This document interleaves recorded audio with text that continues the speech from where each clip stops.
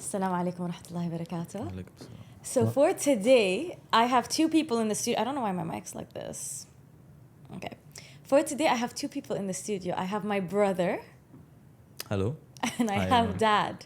So it's a Salam. family affair. Alaikum salam. How are we? Alhamdulillah. Alhamdulillah. Alhamdulillah, great. Well, can we show people how we agree and disagree when we talk? Because it's a I told lot, you he's going to start. a lot to learn, really. There's Because a lot, yeah. Cue 10-minute monologue. if you allow me, Of course. Of course. it is easy to agree, and sometimes people tend to become too docile because they don't want any so-called contradiction.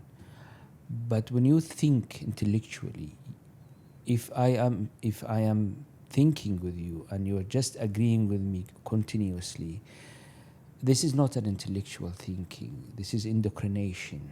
Either I am being viewed as what?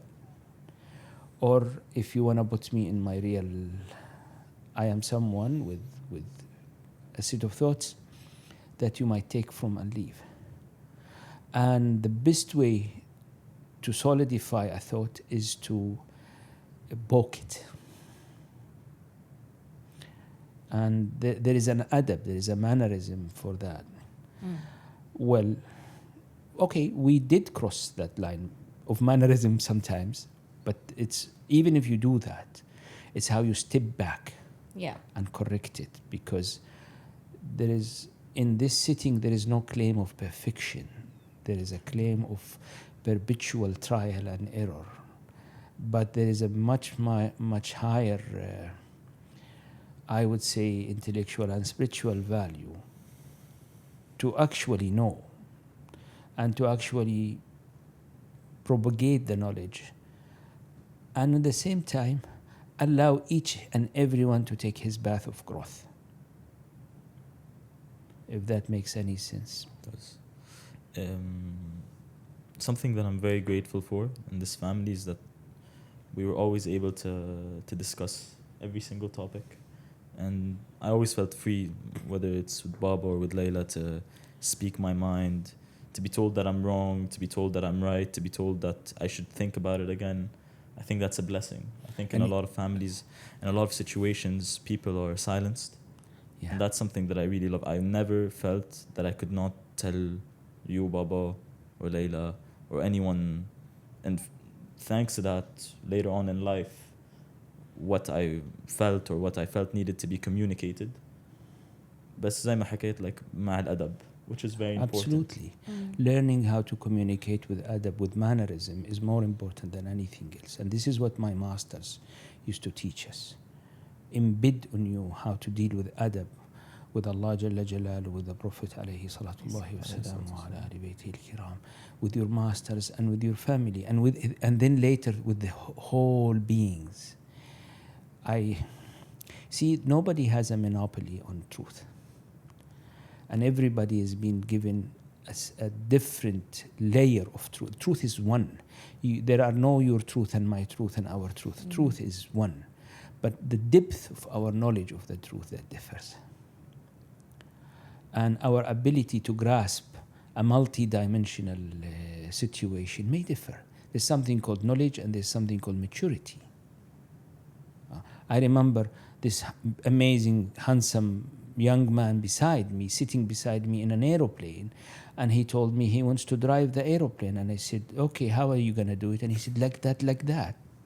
And he pointed with his hand right and left like a steering. And at that moment, he's 3 years old. That was amazing. That was something that filled me with joy. But he's convinced at that time that that's all what it takes. I remember you and your sister once telling me, I need to go and get money. And I said, how am I going to get money? And you said, go and do like this, which means Tap your pin. tap your pen on the ATM machine, and that's how money comes. Is there anything wrong with your perception of the reality then? None. So think of you, regardless of how smart you think you are or how educated you think you are that child who still thinks it's like this, like that. because we still are trapped in our infancy in a way or the other. That opening that comes with what we call the heavenly godly knowledge, al-ilm al-ladunni, in Sufism they call it, that's granted to certain individuals. Any of you claim that? Did I ever claim that? Hasha lillah. So No, never. never. So as long as I'm trapped into my and as long as I'm trapped into my ceiling of knowledge, I'm susceptible for being wrong. And I do not think of any more freeing situation than you proving me wrong. Yeah, we discussed this before. I Yeah. remember, even like on very trivial things. But based on what you said, so yesterday I had a call with my influencer Sarah. I was telling Dad about it because I think it applies in part to what he's saying, because you're saying also about this knowledge that God blesses certain people with and other people maybe a different level, or maybe not, because hikmat Rabbna, and that's his wisdom. But what I've realized is whether we acknowledge it or not, everyone's blessed with something. Everyone in this dunya has been blessed with something, either something that they've been given or something that has been taken away from them, because that is also a blessing. And I think it's really important to acknowledge sometimes that blessings come through people. And that's hikmat Rabbna, that he will send someone to send his blessings through that particular person. Do you know what I mean? Mm-hmm. So yesterday, my friend, my influencer, Sarah, who's also one of my best friends, she's my baby sister. I'm years older than her. And we've been together for about 4 years now, and we've been through so much together. And at least once a year, we have one of those just acknowledgement calls. Mm-hmm. I don't know what happens. She feels something, I feel something, and we just call each other, and it's just thank you for everything, and we really share a moment. And yesterday, we had an event, and she killed it. And when we were both driving our separate ways, I called her, and she's like, I knew you were going to call, like we have a lot to discuss. And she was like, I looked at you in the crowd, because she had a masterclass. She's a makeup artist. And our last masterclass, I'll never forget, it was January 14, 2024. It was with a brand. It was in Abu Dhabi. It was 200 people in attendance. It was on this grass field in a hotel in Saadiyat by the water. It was stunning, you know what I mean? And it was one of those first big events that she did. And as a manager, it was such a, wow, we're making it moment. And as an influencer who's like on the rise as a makeup artist, it was, wow, we're making it, you know? So she called me and she's like, yesterday when you were in the crowd and I just looked at you, and she's like, Leila, I was about to cry on stage. I just looked at you and I felt safe. And I remembered when we went to Santorini on a press trip together, when we had that previous masterclass, and she's like, I looked at you and I felt safe, and I knew this is someone who's always going to have my back, you know? And I told her, I'm like, Sarah, I'm so protective of you, because she's the reason I launched my company. She's the reason I had the confidence to leave my old agency, to believe in myself, to start something, because she was like, I'll go with you wherever you go. So I told her, it's disrespectful for me if I don't acknowledge that God sent me my opening through you. Yeah. You know what I mean? And it's so important sometimes to remember that, yes, God blesses you, but he chooses his people sometimes to bless you through. And we tend to forget that, like, I did it, or like, no, it's not you, it's God sent me the barakah. Yeah, but God sent me Sarah to send my blessing through her. That really matters. You know, Am I making sense? You're making a lot of sense. I think that all three of us here have something in common, is that we really, really remember when people do good things for us. We remember it, and we keep them so close to our hearts. Yeah. And we expect people to feel the same way. When we feel like, you know, we've put them, we've kept them close, we've tried to take care of them. We've been loyal. Yeah, and that's the thing. I think it's something that's, we're always trying to be those people. You see, like, my end goal is everyone in my life, for me to be a sort of blessing for them to be happy to have me in their lives, to feel like ever since I met this person, he's made me feel better. I don't, even if it's not doing something, but just to. Even if it's energetically, exactly. Whenever they remember me, to say this is really, I love having this person as my friend. Yeah. And that's always my goal with my friends. And I think we take it pretty hard when we feel like some people that we love don't do the same thing for us. Yeah. I think I take that to heart a lot. Same. And sometimes it's, I don't find myself to be a petty person at all, but sometimes I remember things when I was maybe like 10 years old, 11 years old, people that I felt like and it's like a traumatic moment for me, where it's like, oh, oh, this is not always a 50-50 thing. It's not always a Reciprocated. it's not always reciprocated. Yeah. So it's great when you have those people and they acknowledge it and you acknowledge them. I think those type of relationships you need to hold so tightly to. Yeah. And because it doesn't mean there won't be ups and downs, Of course. but it means that that person you know will acknowledge you and will be happy to have you in their lives and understands the value just like you understand their value in your life. Yeah, I think it was just a beautiful moment, especially between women. Everyone knows how harsh I am on women. But between women, just to have that moment of God sent us to each other and I fully acknowledge that. And no matter what, like, I've got your back. And I don't want to get too much into detail, but it was this thing of like, subhanallah, I didn't have this certain something and God awadni, which means like made it up to me with even better, which is you. And I just think that's really important. And I even told her, like, we were crying on the phone and I told her, I was like, thank you. I sometimes we don't recognize how much you need to hear something, you know? I was like, this is the great way to end the year. I didn't realize how much I needed to hear that. If I You may know, go ahead, Bob. If I may say something, you say that you're harsh on women, and I feel like, you know, we were raised in a certain way where we've gotten a lot of tough love, but in the best way possible. I would say it was like we got a lot of tough love. It was like Yeah. get out of your thing, you know. Yeah. So when you say you're harsh on women, I think there's something that I would like to say. It's like just like how I'm harsh on my friends that I love. Yeah, You're harsh on women because you love women. Yeah. Because you want to see them do better. 100%. And that's something that may not be a one size fits all type of thing, but that's the way we are in this family. It's like wake up. Yeah. Wake up, like you need to wake up right now. There's always a sense of urgency. There's always this, and this is the way we speak to each other. She speaks to me that way.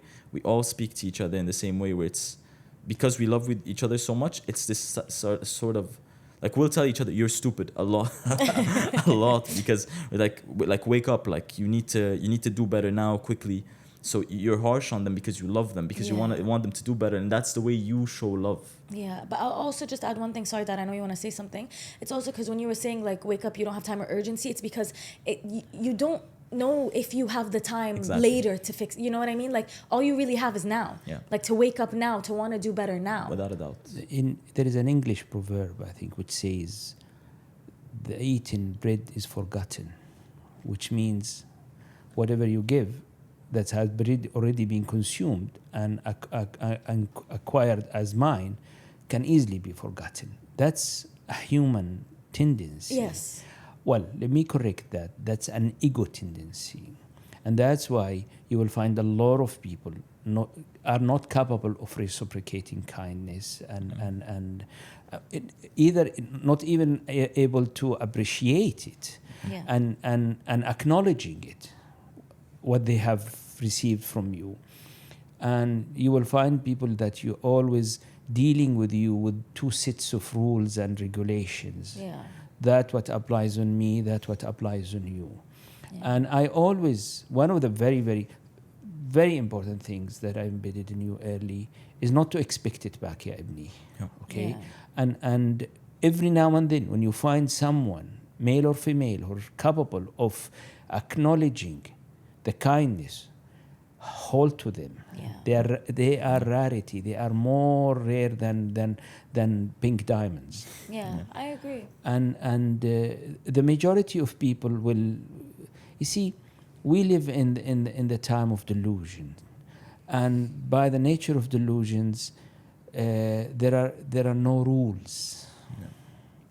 It's whimsical.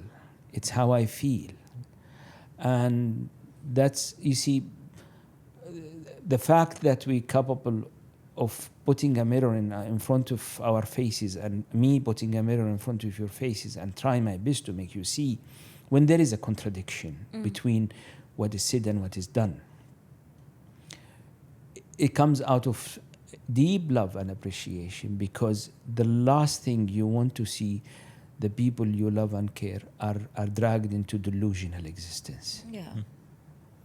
It's the thing about delusional existence, it's very temporary. It's almost about the second, the moment. And well, we may sound like we are contradicting ourselves because we want you to live in the moment, but we want you to live in the reality of the moment and reality of whom you are, not an imported reality which has nothing to do with you. Life will come and wake you up in the worst and most mean ways possible. Yeah. Yeah. I also think, you know how you were saying when what's the word I'm looking for? Like, you take it to heart when you see Yes. that it's not reciprocated. I mean, obviously, I'm 6 years older than you. And but we're very much the same when it comes to how we handle our emotions. One thing that kind of helped me snap out of certain things is, have you ever noticed that, okay, someone accuses you of being the problem, and then you exit their life, and lo and behold, their problems still Persist. remain. They persist. They're going strong. You know what I mean? And then, subhanallah, your life improves. Blessings come. You feel a dark cloud has been lifted, even energetically. No one's really sucking the life out of you. And then, who's the common denominator there? That's just, food for thought. Yeah. Yeah, but you know what they do? They immediately replace you with another Replace problem. you. Yeah. It's everyone and their mother, but not them. But not them. Yeah, true. Yeah. So it's one of the things that that helps me kind of snap out of it, to not take it personally, because you're not the problem. Yeah. We live at a time where everything is dragging you toward delusions, to cut you from realities, to cut you from I tradition, was about to say. to cut you from all. Did you see okay, I sent Dad a video. Yeah. This divorce lawyer. Have you seen him on social media? I've seen him a bunch, so I don't know. No, he's this cool dude, silver fox kind of Older, vibe, yeah, tattoos. yeah. He's a divorce lawyer with like decades of experience.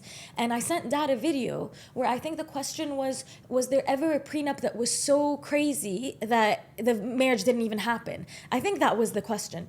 And basically he was saying, yeah, the girl's requirements were so overwhelmingly unrealistic that what was she asking for? A monthly allowance, and she was asking for a shopping allowance, a hair spending allowance, like Botox filler and plastic surgery, cosmetic allowance.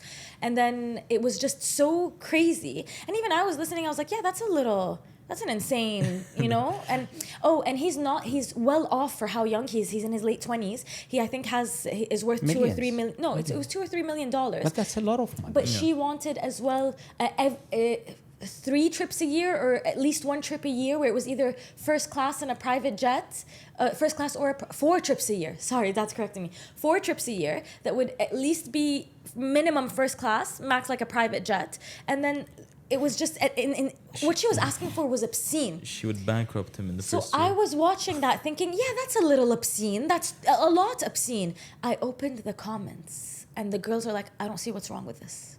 So I sent it to Dad. I was like, this is unreal. Well, what we were saying before is what I was saying before is that you're trying to give this sense of urgency. It's because, just like what Bob was saying before, everything today Is catered to Delulu. is catered to numb us. So if everything what? to numb us, Numb us. numb us, yeah, like Instagram, Twitter, X, or whatever you call it. The more you're in it, whether you're a young man or a young woman, it's made for you to go number and number and number and dumber desensitize and you, dumber yeah, and dumber. and desensitized. So that's why sometimes some people might watch your stuff and be like, oh, that's a little bit, but no, it's because when there's somebody pumping you with this morphine, a type of morphine all day, Yeah. you need a slap or two in the face to wake up. You need cold water. You need something to you're get them fighting out a of it. demonic entity, like this whole ether of propaganda and media that, like he said, is numbing you, desensitizing you, making you dumber, factually dumber. Yeah. That's why there is a sense of urgency, and you have podcasters like myself, and then you have Candace Owens. You have so many across the ether from the west to the east, just trying to wake people up, because we're fighting a behemoth, like you're fighting a monster that's been around for a while now. Yeah. Like this new era of people like myself, it's very new. Yeah. And you're combating years In- of TV shows and movies and music and social media. And you're handicapped because that entity, these things that we're talking about, Yeah. which all of these apps have no culture or religion or background. Yeah. They're fit for everyone can find their space in it. Yeah. That's why it's so hard. Well, you might tap into young Arab women in the Middle East and Jordan and the GCC. I'm big in the US. And the and in a lot of places. But even Candace Owens, more US, more. So you see all these people. It's like, but these things don't care about where you're from. I know. They hit every single household, and I could speak just from personal experience, light experiences. I stopped having Instagram for a year and a half.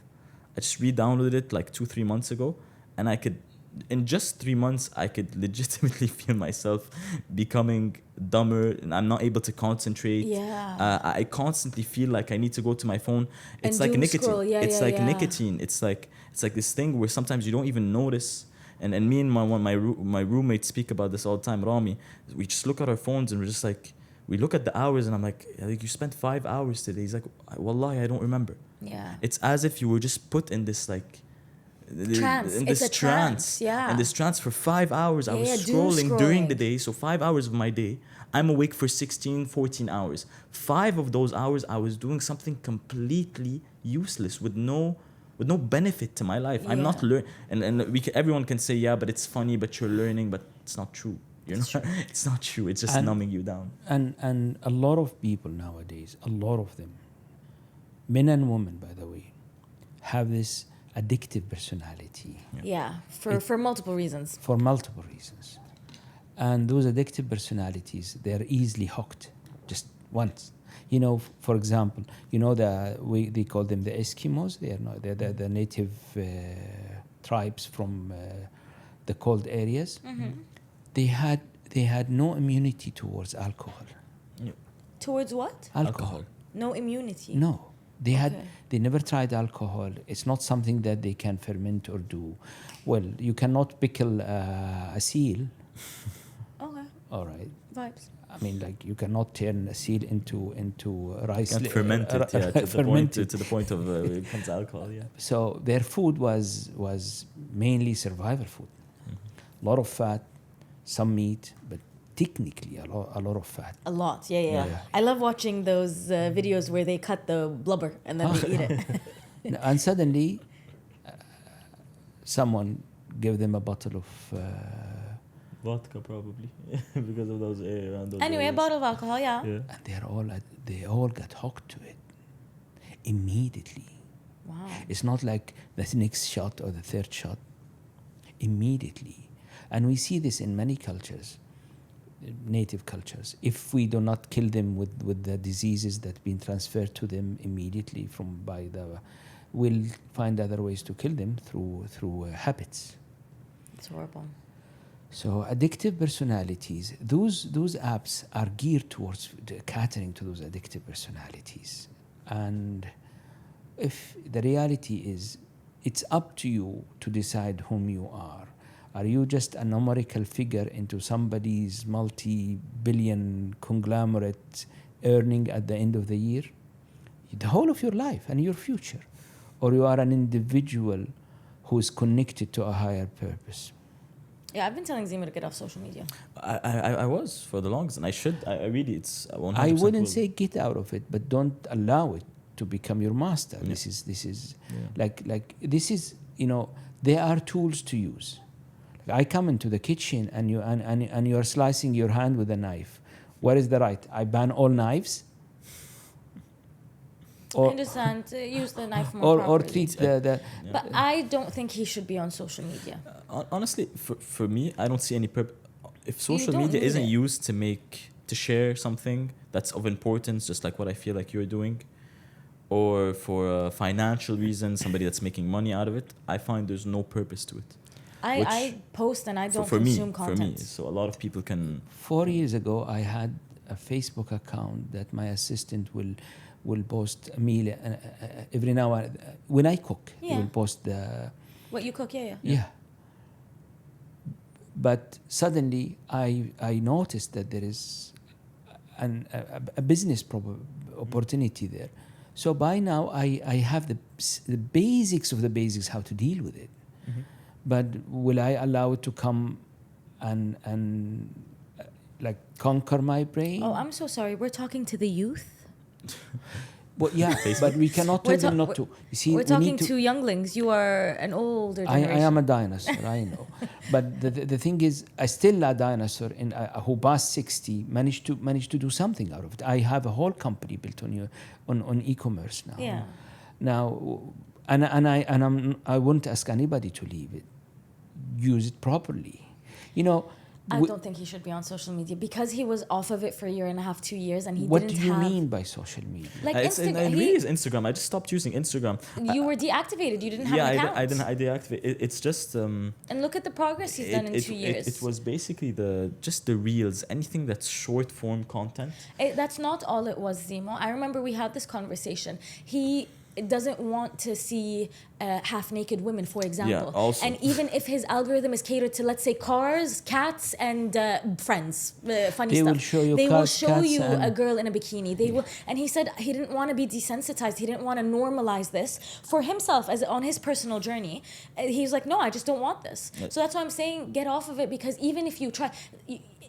I understand it's like you get to choose the kind of person you want to be on social media, or you get to limit, but it's an algorithm built to destroy whatever wall you've built, whatever form of protection. It's an algorithm built to desensitize you. They will get you one way or another. Yeah. So there's two things I want to say there. You're right. That's one of the main reasons. I would always tell my friends, and it was a joke. I was like, it's not normal إنه أكون I'm sitting down with my family وفجأة تطلع لي بنت on my phone. It's like well, this is what is this? What is happening? There's no way that I'm sitting down and there's suddenly like these, and it will come up to you no matter what. It's a part of the algorithm. Yes. It just goes in. The algorithm, the whole point of it is to get engagement. No matter what the engagement is, a hate comment, Yeah, a positive like, or negative. going into the profile, whatever it is, they're looking to get you to continue on that post. That's just their only. That's the thing. But there's another aspect to it also. I would see that I've kept, especially as a young man, and I think young women also go through the same thing. You keep comparing yourself to other people's lives. Yeah. And the thing that you don't notice until you're out of it is that picture that person is posting, your friend or your past friend that's on vacation, that is the most edited version of the best moment of their year. Yeah. And you're comparing your current reality right now to that. Yeah. You're not comparing your two best moments. You're comparing your reality right now when you're on the tram or somewhere, if you're in Europe, going to work, to somebody that's on vacation, editing and showing the best part of their year. And you don't see it that way when you're in it. Yeah. You're just like, oh, my life is hell. When it's not. Your life is actually great. Your life is probably better than all of your friends. That's what I noticed at the end of the day, that I really was very happy in my situation, and I could be grateful for it when I disconnected from that. Yeah. When I disconnected from the comparisons. And another thing, the last thing, is that I noticed that my real friends, the people that I really that wanted to contact me, weren't the ones liking my story or just these randoms that I don't speak to anymore. It was people that were reaching out to me no matter what. Even if they had to reach out to me through WhatsApp, through iMessage, to call me, I was seeing them. The real people, the people that I was seeing all the time, I was still seeing. Yeah. It's just the extra fat that was gone. Yeah. That created this false reality where I have loads of friends. Yeah. Made me realize you don't need loads of friends, and you don't have loads of friends. Facts. You have a few friends. You're very happy with them, and alhamdulillah. Yeah. So that's what it did. You know, Fact. at a young age, I used to smoke. Like But- cigarettes? Yeah, Yes. but I used to smoke, not really cigarettes, but The ones you roll. yeah, but Tobacco you roll. I every remember. year I would choose sometimes 6 months, sometimes 4 months where I don't smoke at all. Yeah. And that was my confirmation that no habit is taking over me. I like the smell of tobacco. I like the flavor of tobacco. Mainly the tobacco, not the packed cigarettes. But alhamdulillah, I'm over it long ago. But I every year I had a good number of months where I don't touch it at all, just to confirm to myself that I'm not an addict. So I may agree with you. You know what's crazy about that? I swear to you, Baba has never told me that story ever, that he does that. If you ask all my friends, that's what I tell them when they tell me, why do you smoke from time to time and then you stop? And why do you stop Instagram whenever you want? It's to tell them so I can prove, so I can show myself that I'm not addicted. And you've never told me that. No, I never told you. And that's just I think genetics at that point. Because if that's you, exactly it. it's a brain set because you were taught from early time to examine and check on yourself.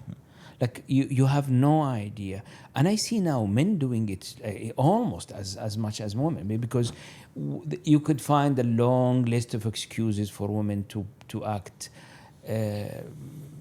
even but women had to check their realities. Men, I'm sorry, had to check their realities, because we go out and we deal with realities. There is very little space of compliment and appraisal for us. No, you're just amazing. You're the prince, man. You're the king. Just go for it. Who told you that the last time? Never. Never. Never. I might get a "you smell nice," maybe. Oh, and then that's the perfume I use. It's not me. Exactly it. That's exactly it. This is it's what I this use. extra thing I just sprayed on right now before coming. I think there's this podcaster. I'm not a follower, but I see him pop up sometimes. I think his name is Chris Williamson. Do you know him? I think I A British dude. Yeah. And he said something along those lines where he was like, if you have a man in your life, romantically or platonically, I wasn't sure what he was referring to, but I think it applies to what you guys are saying.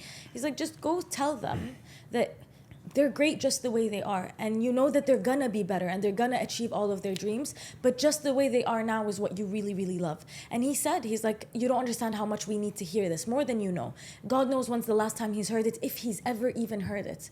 And subhanAllah, I think it's important to give, again, they're gonna say I'm a pick me, but to give men some space to speak, because we're human at the end of the day. The same way we girls like say that we want a man to come take care of us or shut our brains off and not have to overthink everything because we know that our man's got us. It's the same way men have certain things that they need that's just gonna alter how they view themselves or how they feel about a situation. Honestly, I really don't understand this whole pick me thing. I think I've seen a few like videos of people where you're like, okay, like maybe she's exaggerating and how like not you but like other people of how like what men's expectations are. What you just said right now is like, I could say the same thing about women and no one's gonna call me a pick me for girls or anything, or a simp or like anything like that. No, the girls are gonna be like, oh wow, one of him exists, protect him at all costs. But it's like but like, you know, like all guys want that, and just like all guys want to just hear one time in their lives, either you're doing great, keep going. Like, you're doing great, keep going is all we need to hear. Yeah. Like it's actually a meme right now on Instagram. It's like when she tells you you're doing great, like just keep doing, and like you get all this motivation to just, and that's all we look for. And I think we've been taught, I think whether it is from entertainment or whatever, that you constantly need to compliment, reassure. I don't know. I really don't think all men do it. Maybe that's the way I was raised. Mama, women you, need with Hada. reassurance. I was raised with 3 women in the house also, Yeah. so that's the difference. I know that they need reassurance. I know that they need love. I know that Words of affirmation. Yeah. for without a doubt. Yeah, the difference is women need continuous reassurance.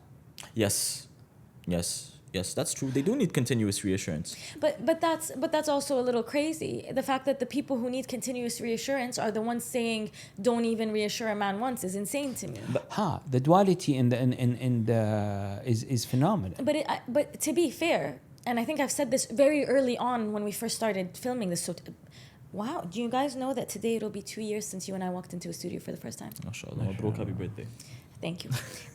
But it's one of the things that I had said really, really early on, that the reason why I didn't digest this extreme feminism where it's like not all men but always a man, or it's all men or whatever, is because I have a brother and a father. So I was very protective of Zemo in my mind, where I was, if anyone ever came and told me, for example, oh, Zemo's wrong just simply because he is a man, not because he actually was at fault, which obviously he's human, he makes mistakes. But if you come and you just want to paint it with a brush of just because he's a man, he's at fault or needs therapy or aggressive or just innately in the wrong, we have a problem. Yeah, I think that's, honestly, alhamdulillah, I would say that I haven't met a lot of people like that. I think you see them a lot online. I think I'm it's more grateful. prevalent online than it is in real life. Because, you know, some people feel, you know, it's easy to express your opinions online. But the thing that I love about literally everyone here, you can put us, I think, on a stage in front of, and this is something my friends will always tell me. They tell me, you're always playing devil's advocate. It's like we're always fine. You're always like getting a reaction out of us. You're always rage baiting us. That's what they call it. And I'm like, yeah, but that's the way I'll always be. So it's either with you guys, we'll speak opinions that maybe no one will agree with. That's fine. But no one needs to particularly, I don't mind. What I'm saying, the purpose of it isn't for everyone to be, I agree with you. Yeah, 100%. It's not really that. When we were young, in our 20s and 30s, it was extremely difficult to show the unfairness in the dealing between men and women. And it was also because the easiest thing, if you're trapped into a situation, they will be accused of being crazy. Are you crazy? No, it's not like that. Are you crazy? You know how many times I heard that? I cannot even remember. The thing about the media now, it allowed women to come and show and talk their thoughts and show their... And all the things that we were accused of being crazy for pointing at, they are not only pointing at, they are explicitly showing. So this duality in the ruling, like one very simple, I don't know what is the show. This lady was asked if she wants a traditional treatment from the man. You want him to do this and this and this and yes. Can he ask you not to go out or almost naked? No, he cannot. Yeah, is the man supposed to die for you? Yes, of course. He's supposed to die for me. Are you willing to? No. So this extreme two sets of rules. Yeah, I think these are very unreasonable women, and I really. I will say in real life, I agree with what he's saying though, in the sense that because I see it and they don't even realize it. I've seen a lot of women keep saying what's wrong with me? Shuna isni, like I'm great, I'm a 10 out of 10, you know what I mean? And I want a guy who's gonna be an alpha male and take care of me and spend money on me, and at least we travel once a year and blah blah blah, and like and then they'll say, yeah, if I get that kind of man, I'll stay home, I'll cook, I'll do whatever. But then I see just the way they dress, because even me as a friend, let's say I'm a girl and I'm just like, baby boo, the kind of man you want to attract, do you think he wants to see you looking like this in the streets? Do you think he wants your butt on Instagram? And then they'll be like, oh, you're right, maybe not, but then still go do what I advise them not to do. And mind you, I never give unsolicited advice ever. Yeah. I don't put my finger where it doesn't belong. I only share when I am asked to share, and I'm very careful with it. Do you know what I mean? But I understand what he's saying, but I will also say it's very interesting to see the duality between the online world and the real world, because online, it's keyboard warriors. You know, Mike Tyson said it best. Some people, social media has given people the courage to say things that they would get punched in the face for in real life for saying. Exactly. Just facts. And the hatred that's spewed online, it's very interesting to see. And then I'll meet people in person and they'll say, no, I love what you say. I love, like, and they'll be like, yeah, you're so right. And feminism has gone off the rails. And there's one person only who I've met in real life who is a lesbian, by the way, now. She's a gorgeous girl, looks like me. But she used to date boys, and her experience with boys has been so horrible that now that she's been in the States, she's now dating a woman. Now they're engaged, actually getting married. And it's the only person I've ever verbally, like physically in person heard say, no, I kind of just want to see men suffer. Like, I just want to take their money and see them like, very American way of talk. It's the only time I've ever heard that in real life. Yeah. Otherwise, in real life, if there's pro-feminism discussion, it's very respectful. It's very, no, but Layla, 1, 2, 3. Yeah, but Habibi, actually, it's 1, 2, 3. And they'd be like, oh, I didn't know, but still, this, like, it's so relaxed. It's just a discussion. And, you know, there's something that I would like to add on that is that today, the men of today, the young men of today, are also really off the rails, guys. Yeah. Like, you know, that's something I think that, you know, I want to talk about my generation, what I see. And the thing is everyone wants a wife. And they describe to you what their wife is. Okay. Every single person. And they'll do everything in their power to go where they're not there. We talked about this.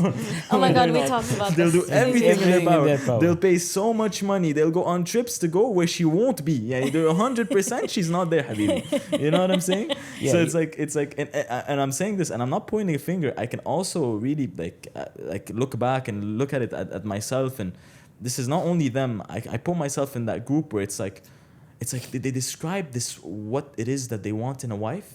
And it's like, man, but it feels like you won't even like that person. It feels like you're setting this standard of something where it's like a vase at home that you don't want to touch. But that's not what you want. You're looking for a partner. You're looking for a best friend. You're looking for somebody to help you, to raise your children with you. It's these things where it's like, you know, a lot of the times the guys will say, oh no, that's my wife. I would never do anything like that with her. Whether even if it would be in in a marital context, you know? Yes. Which is the worst thing ever. Yes, Which my is- friend, I'm not going to say his name. We've known each other since we were 13. He went to a wedding in Jordan. He came back, because we grew up in Jordan together. He came back, he was like, Layla, these guys I grew up with, I don't want to see them again. Because now that, he's like, Khalas, when she's my wife, we can't do these certain things in bed or whatever. By the way, mind you, that's all halal, within her God-given rights. You know what I mean? And his God-given rights. We're not talking about any freaky fetishes. We're just talking about halal, under the umbrella of what's halal between a man and a wife. And they're like, no, that's going to be the mother of my children. I can't be doing that. And I'm going to have to cut his name. I'm so sorry. But he was explaining to them, like, guys, that's not right. You're lying to her. You're taking a woman under the guise that you're going to offer her everything a man should in front of God, and then you're not going to. That's a lie. It's called fishing in the wrong pond. It's the Madonna whore complex. Yeah, no, that's basically what he went back on the first point, and you're going the fishing in the Oh, the wrong pond fishing. is where you're looking for So- your wife, and you're talking about how you So treat I'll talk your about wife. the fishing. My friend, we were talking about the Subhanallah at Sabrina's dinner, okay? Birthday dinner. We were sitting, a group of us, and we were talking to, it was a bunch of girls and Adham, my trainer. And obviously Adham's defending the men, we're defending the women in this case of where, like, men claim they want the good girl. You know, that's so pure and so kind and so loving and so sweet and so whatever. But then you go and see who he's dating, and she is absolutely not that. The art of lying to yourself. Also. No, it's also the art of, this is something that, yes, but also, if I'll say it's back to the thing about the urgency, it's you think you have all the time in the world. I'll date this one and I'll have me a ball and a hoot and a half. And it's like, no, I'm still 28. I could get married by 35. yeah. I got some I time. will not mention names. I met and even worked and was very close to a group of men. They're not together, but they're a list of men. Some of them even passed away, rahmatullah alayhum. And they passed not getting married. Wow. Yeah, they were single for life. Now, since I've seen them, since I met them in my 20s, they were always looking for a wife. Continuously looking for a wife. But the minute you sit and check their list of conditions in a wife, yeah, he's now finding her in heaven. Because she doesn't exist on earth. You mean like an unrealistic list? Unrealistic. And that's exactly what most women are doing now. Yeah. Also, yeah. So, Agreed. It's from both sides. That's the 100%. thing. So this is the thing is I want to say this, I think, to people because it's important to say. Can I just say, it's so interesting how you and I talk to each other. Zemo talks to us and the camera. Yeah. I don't know why I constantly look there. It's 'cause Like it's the first Zemo time. looks straight. I don't ever go like, you know? Which camera am I? Yeah. That's mine. This one's yours. But it's so interesting. Dad and I usually talk to each other, and I've noticed Zemo talks to us and then goes like, but for you guys. Hey, It's because I'm not used to it. he's a natural. But the thing is You wanted to say something important when we were saying it's all sides. so a lot of the maybe your comments or sometimes girls will be like, yeah, but why aren't you talking about men? Her podcast isn't for men. No, that's not true. It's honest, in my opinion. Listen, No, it's not so. That's not true. okay, but Have you watched my episodes? You haven't even seen my episodes. I know, but no, I have, but I would say that it's My podcast is for the ummah. I don't want to close off anybody and be like it's not for men. Your message is to women. It's for the ummah. No, I I may disagree. disagree with you. I disagree. We've been focusing slightly more on the woman issue in the last 2-3 but it's not. No. In general, I it's disagree. more for everyone. Good to know he doesn't watch the podcast. I don't. My brother, ladies and gentlemen. No, it's just because no, I do. Maybe I'll tell you what it is. The clips that go viral that maybe Agat or your friends come talk to you about, unfortunately, just the way propaganda is, it's when I'm super in defense of women. Those go viral because the girly pops are like, yeah, you know what I mean? Yeah. But no, I want to say, I would like to believe that the podcast for me is for the ummah. It's for Right. young Muslim men and women or people who are potentially interested in Islam, first and foremost. But it's also for anyone who wants to build a relationship with Allah and who's just looking for some guidance. Do you know what I mean? Anyone who just wants a spiritual relationship with God, and Dad has said it many times since the beginning. Find a relationship with God in any capacity. Yep. We speak through a Muslim lens, but through any capacity to just build a relationship with God.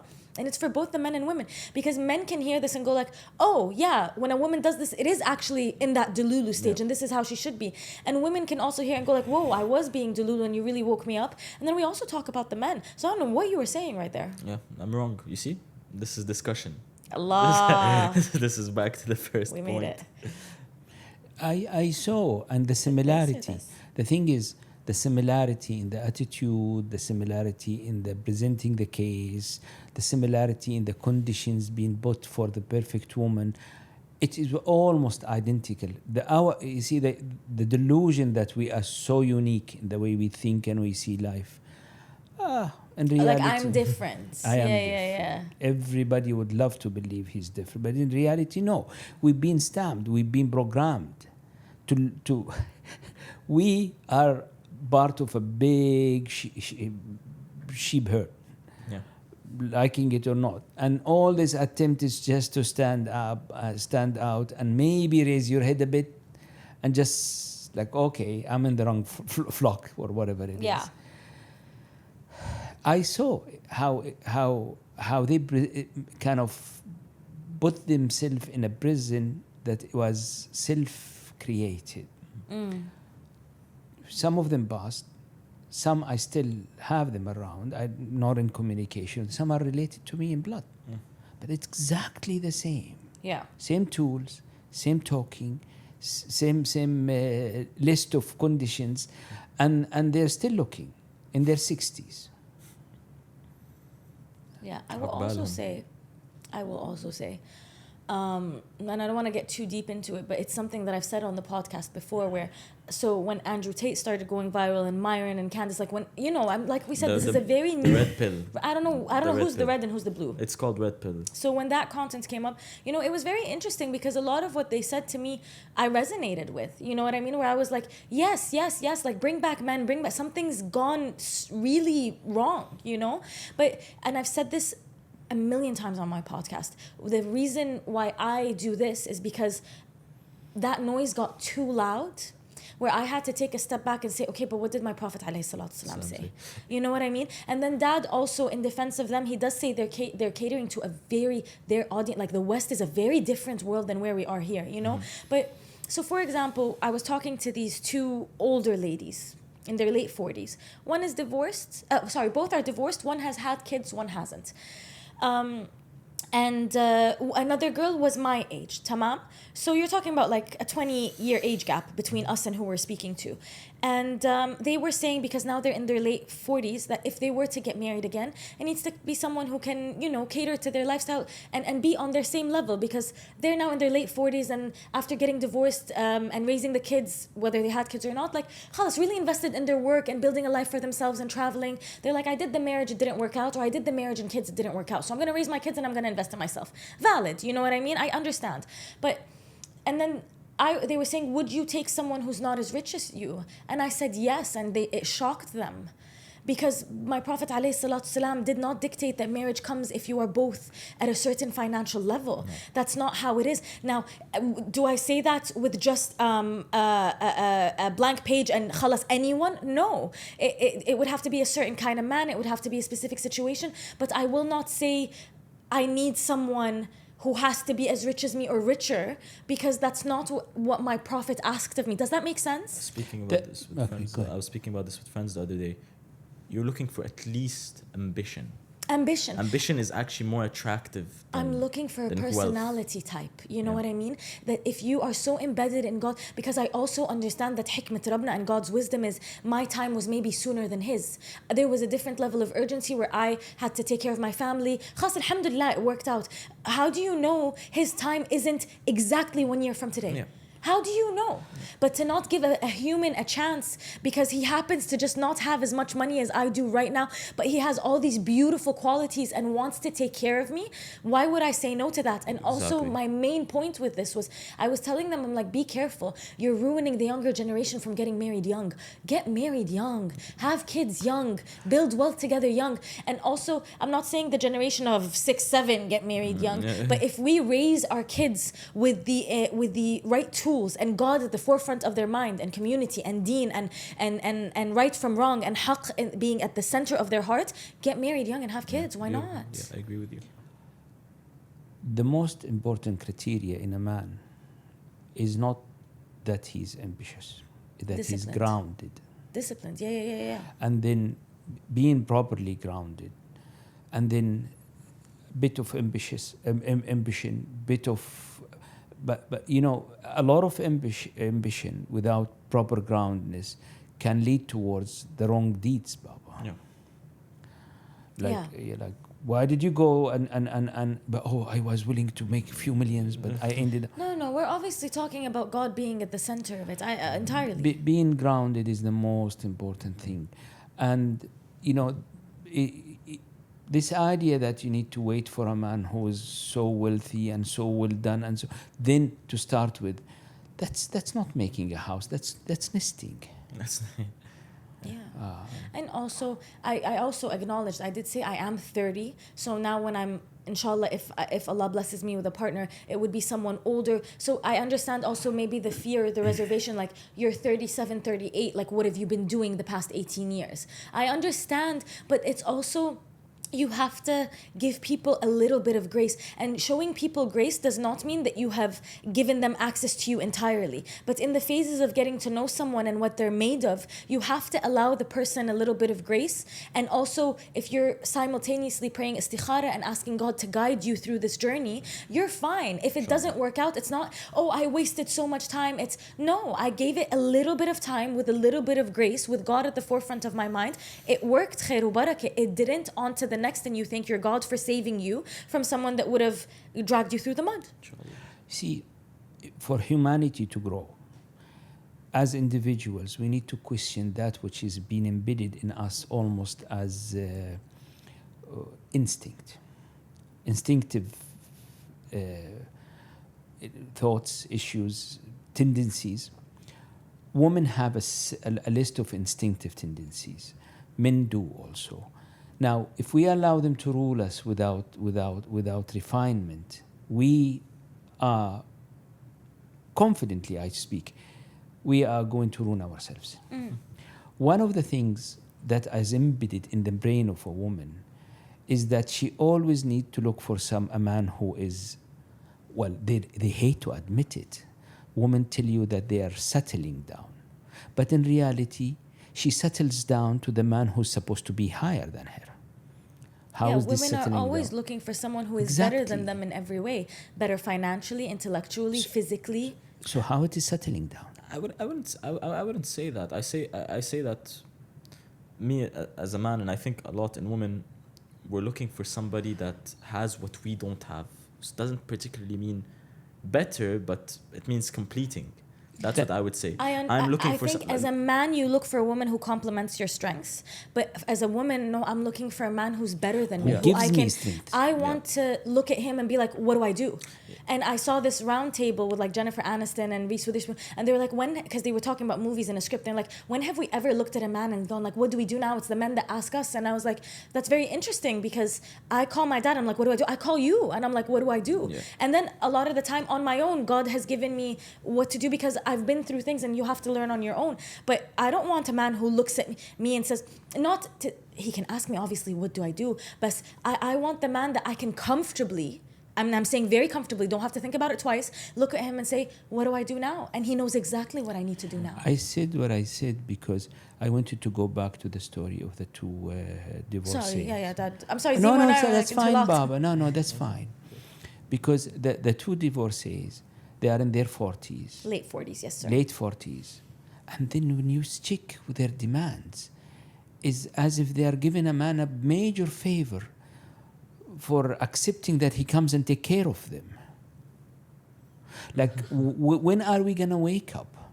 This is the same prison that my men created for themselves, my friend men created for themselves and died single.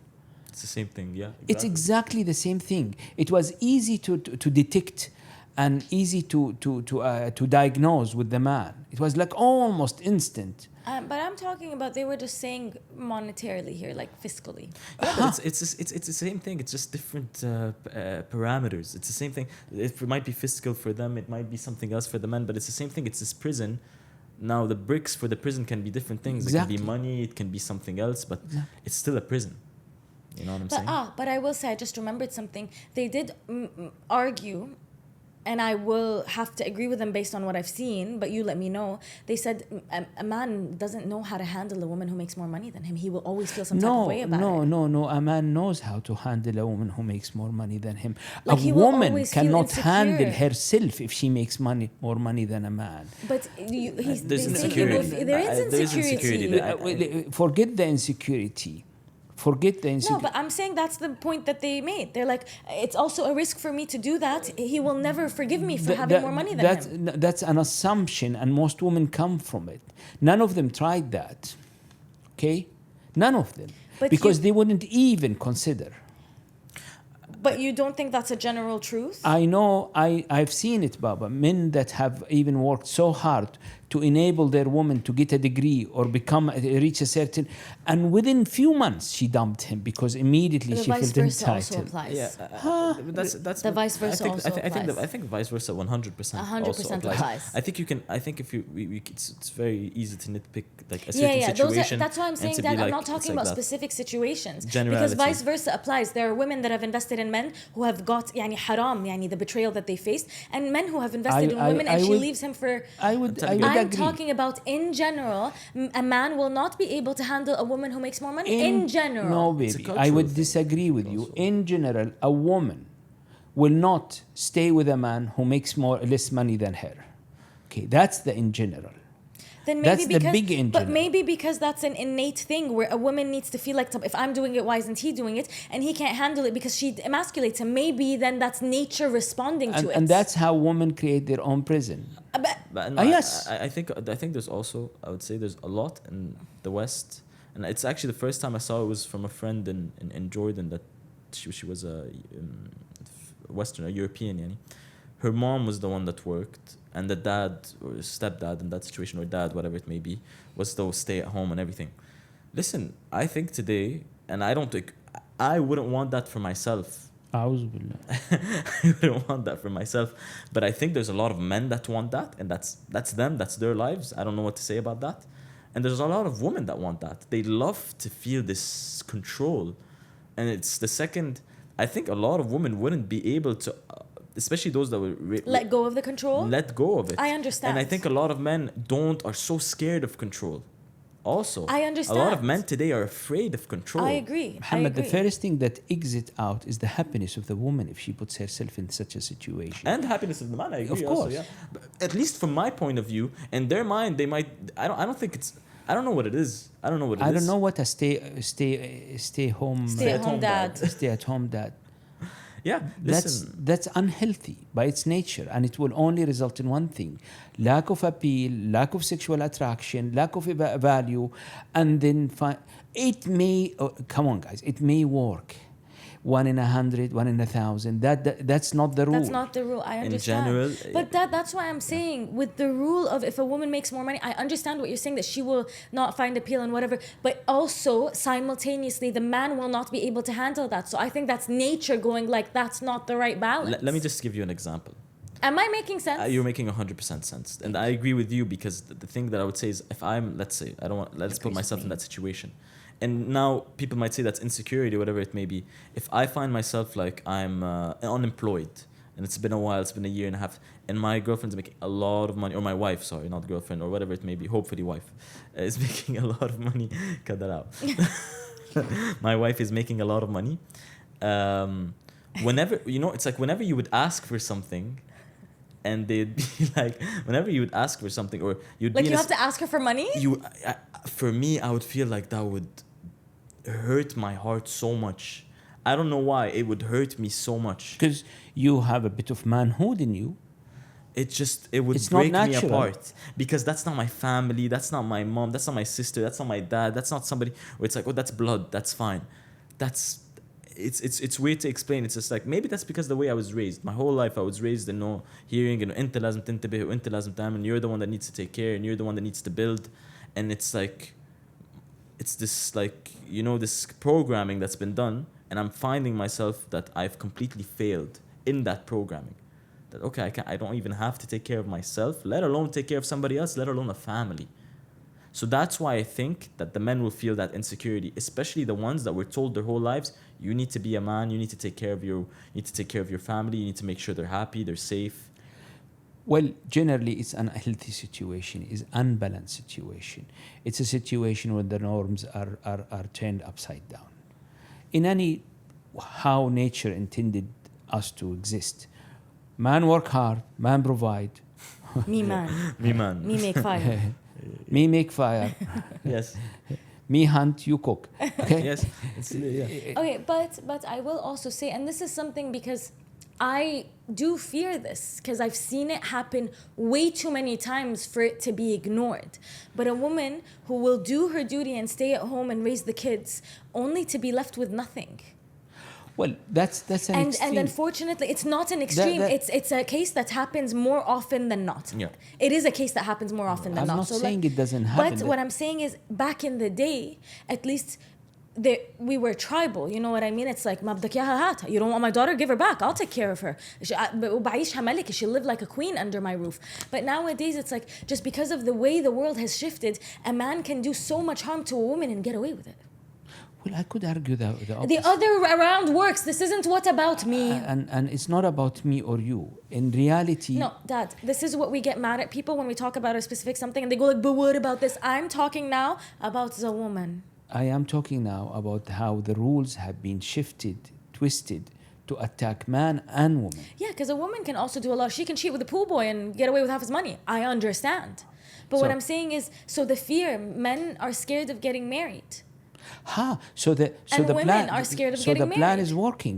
The idea is to make sure that you don't Get married. get married. You don't get married, that you multiply. stay in adultery, that you stay Yeah. out of it, that we don't know who the that the kid at the end of the day gets raised in an unstable home, so it Yeah. creates an unstable generation. So we need to That's- wake up. You, me, I, your children, people around, anybody who listens need to wake up. You see, anything.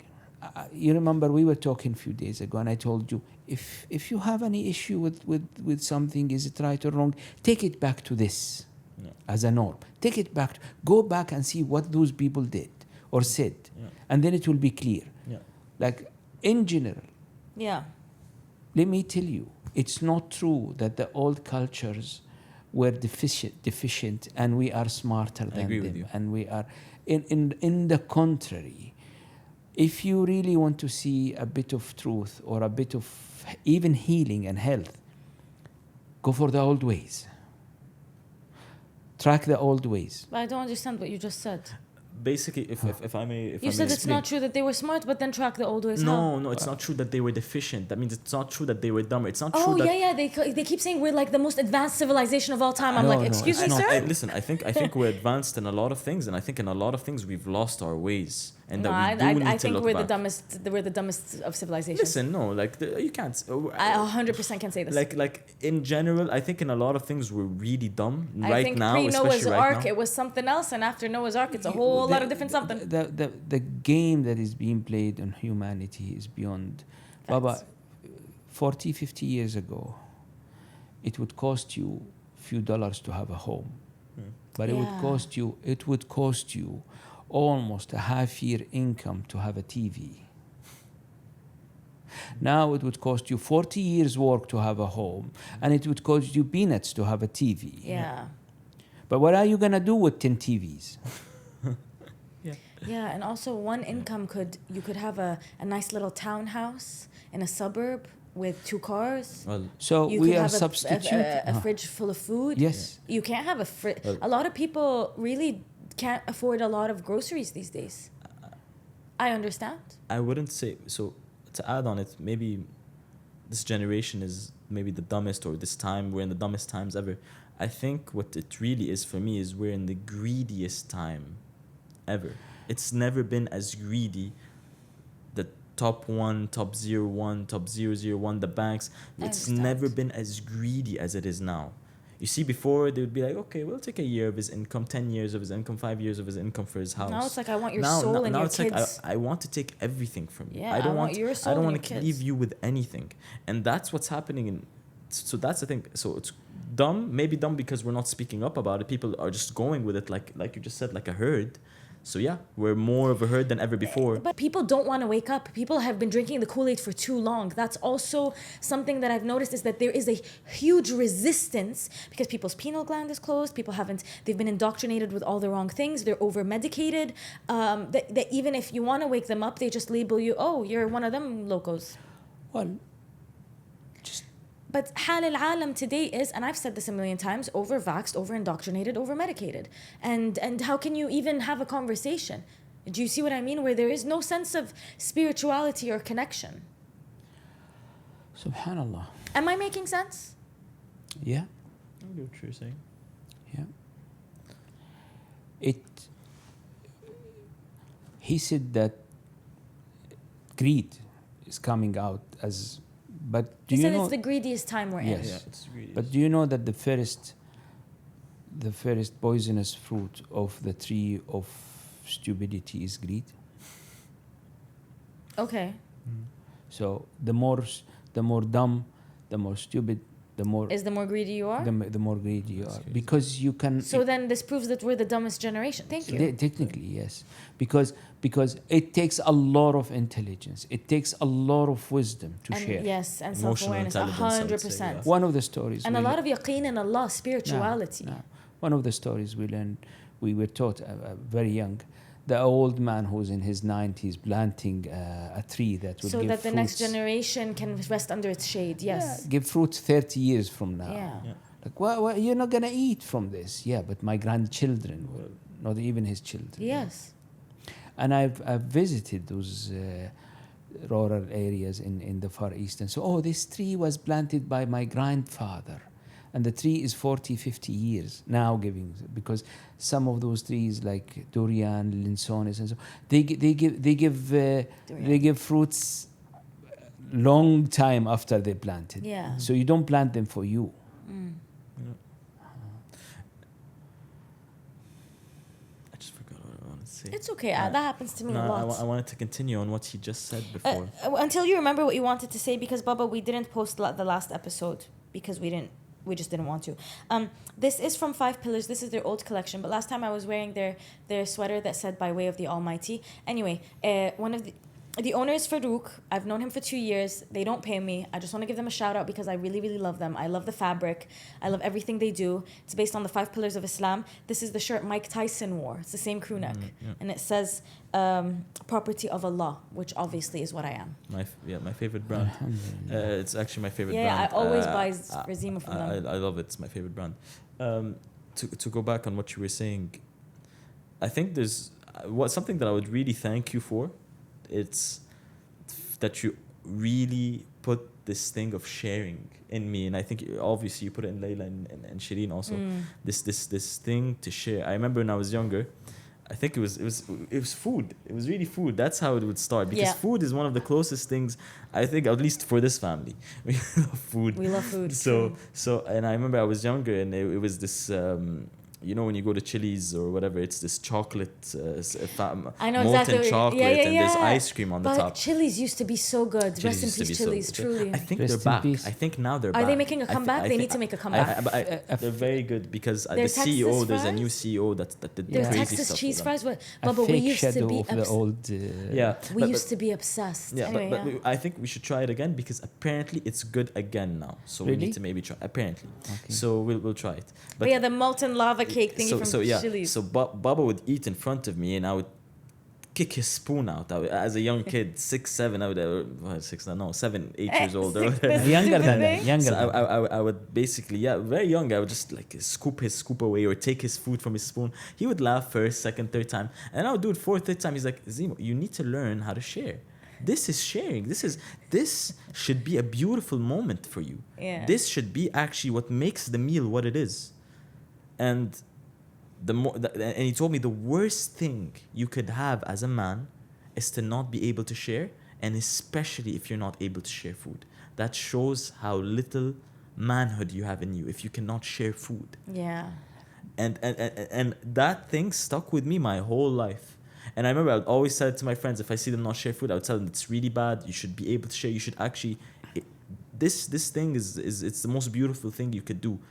And it actually put this thing in me where now I don't enjoy eating if I'm not eating it with somebody, even my plate, my own plate, which is very anti-European because everyone in Europe has their own plate. Yeah. And there's not this sharing thing that we have in our culture, in Arab cultures.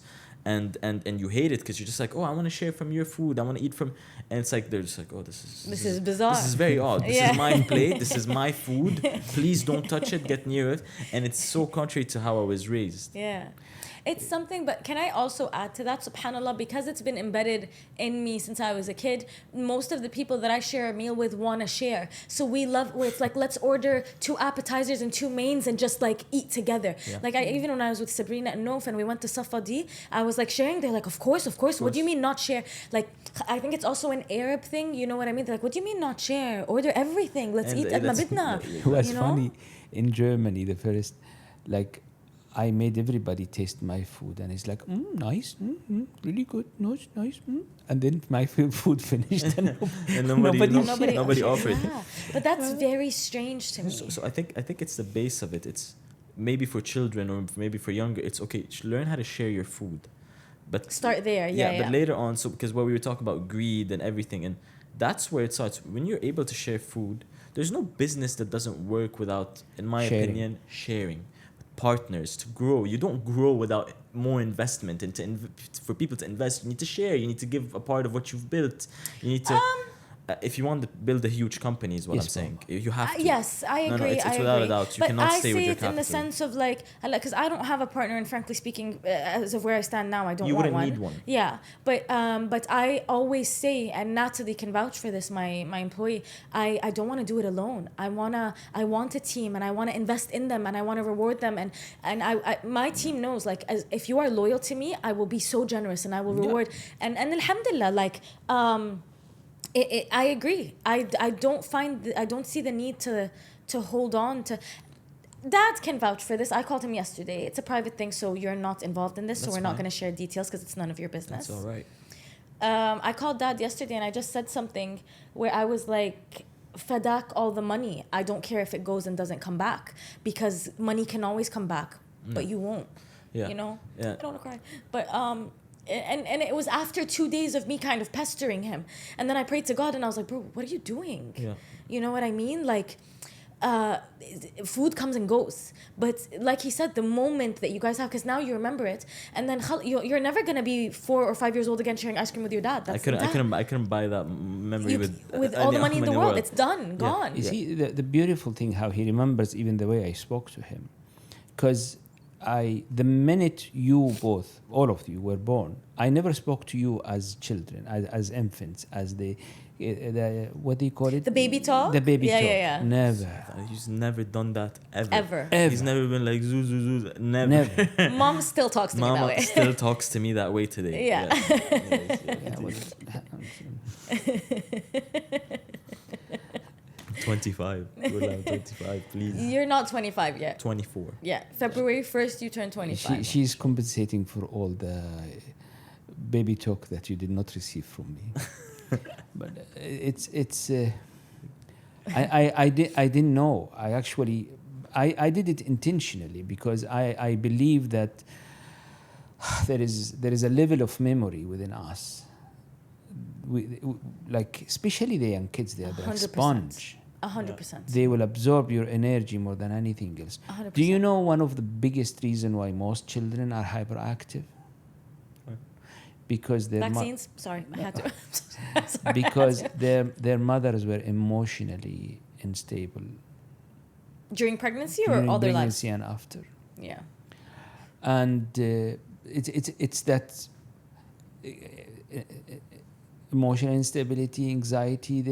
It creates children that extremely hyperactive, and it would be very difficult to correct it because He's wired that way. I think it's also, you know that saying, if you treat someone like an animal long enough, they'll start to believe they are an animal. Yeah.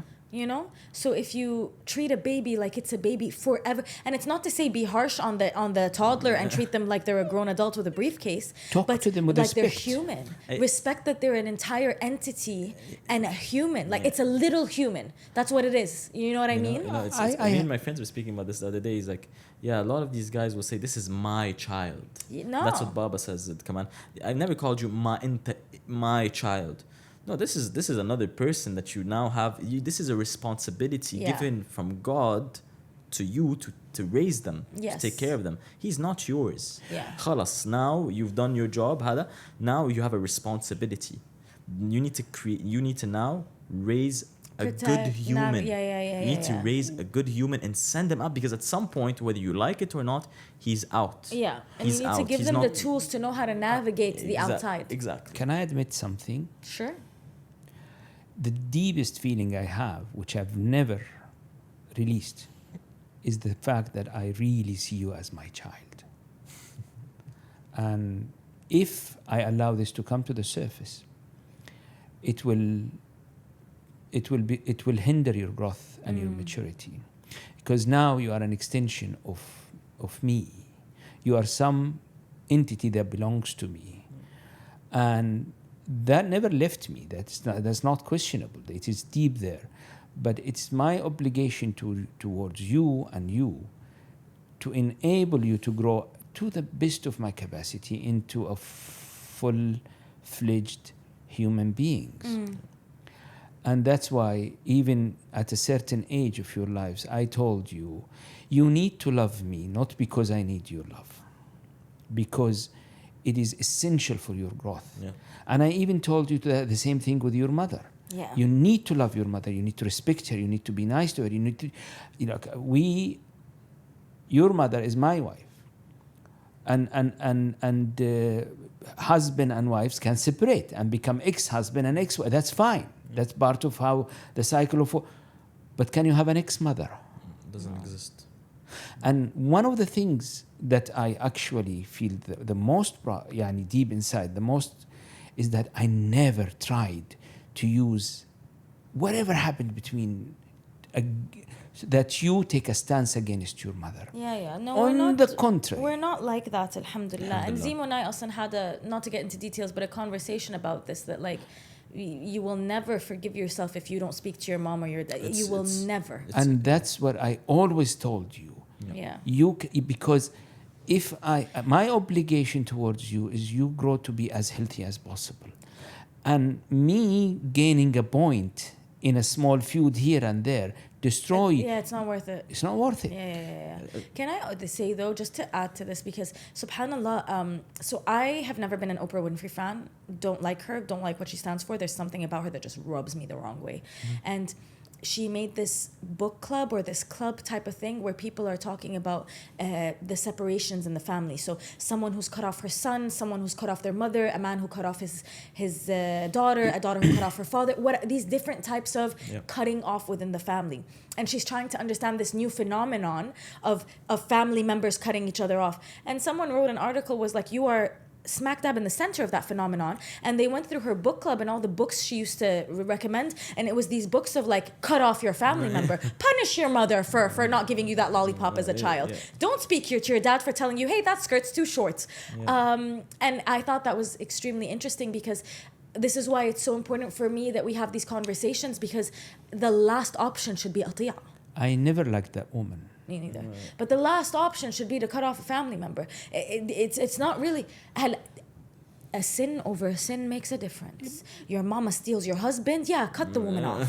Your dad, God forbid, does I don't know what. I understand that they are extreme, where now we've broken the law or gone even against what God has dictated is the right of a father and a mother and a child. I understand that. But every little thing is atiyah, is yalla, let's cut off. Regardless what happens, you don't cut off completely. You space yourself away. Sometimes you need space. Even if you don't talk to them. Yeah.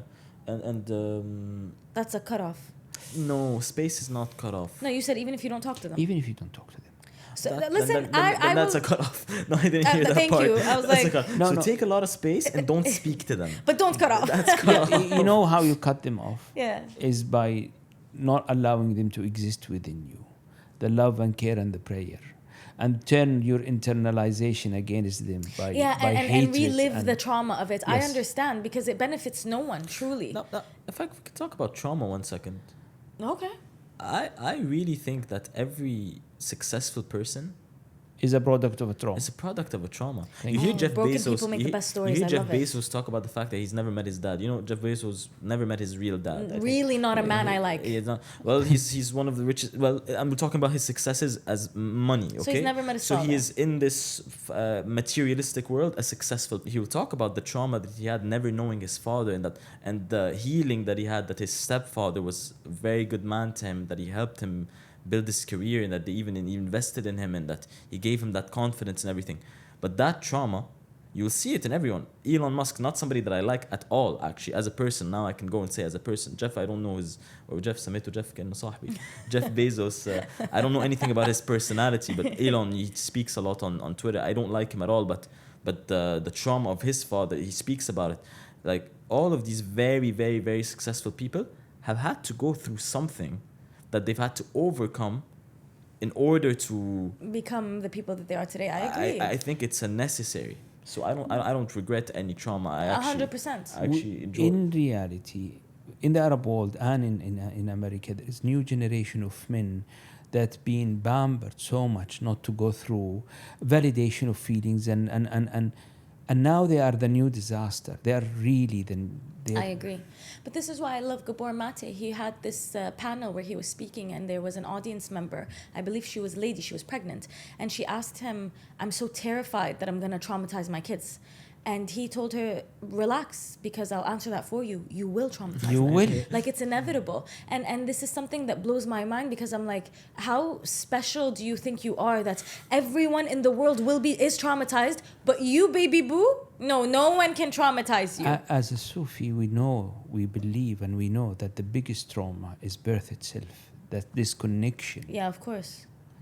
And the whole life is a long journey of tests, and now the life journey itself mostly is painful. We talked about this. Every now and then there is a break and a bit of fun or small party or whatever, but then move.